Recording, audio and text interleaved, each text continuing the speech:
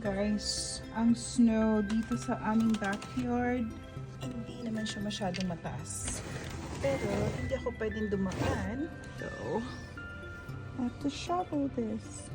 Ayan guys, na-push ko na siya ng konti. And then, Sweet is starting to shovel. Ito guys, sa harap ng bahay, nakapag-shovel na si Papi. Or I think he used the snow blower too. So, ayan, dito sa entrance ng bahay is ganyan. Ayan, other people are still shoveling. Ayan po. And guys, improvise tayo. We're gonna use this broom. Ay, bigat pala. Ayan. Happy Valentine's po sa lahat. Happy Valentine's. Naputol siya.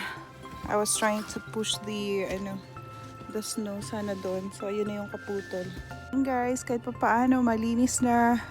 At dahil nasira ko yung walis, so wala tayong pangwalis. Sweet is already there. Naglilinis around the pool. I'll see if I can go through this snow. Ayan, taas natin yung boots natin.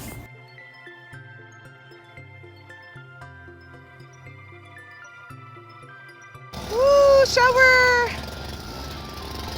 Papi's home! Guys, malinis-linis na siya.